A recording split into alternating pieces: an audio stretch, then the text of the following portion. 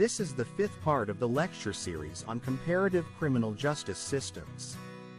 This lecture tackles on the key trends in global criminal justice systems such as globalization and crime, human rights and criminal justice, and restorative justice.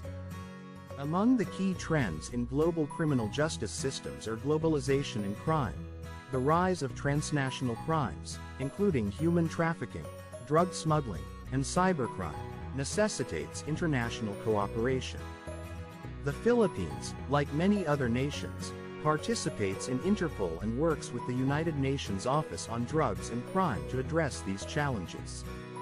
Cross-border collaboration has become increasingly important in combating crime syndicates. That other key trends in global criminal justice systems are human rights and criminal justice.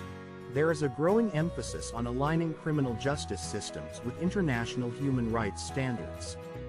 The Philippines, under its 1987 constitution, upholds human rights principles, but recent concerns, particularly regarding the extrajudicial killings associated with the war on drugs, have raised questions about the balance between enforcement and human rights.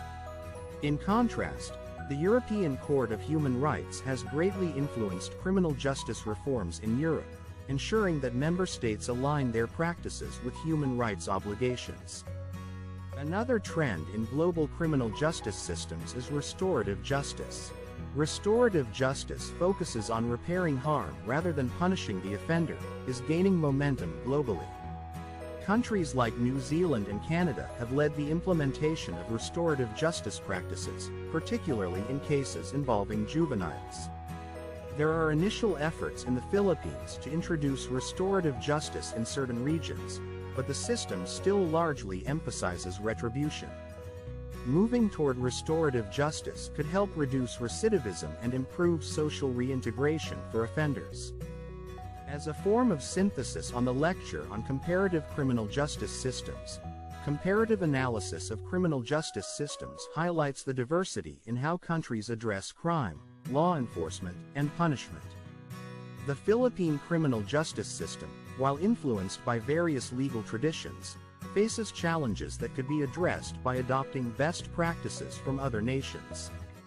By focusing on international trends such as human rights compliance, restorative justice, and police reform, the Philippines can work toward a more effective and fair criminal justice system. This is the last part of the lecture series on comparative criminal justice systems. If you find this helpful, please like, share, and subscribe. Stay tuned for more lectures on criminal justice.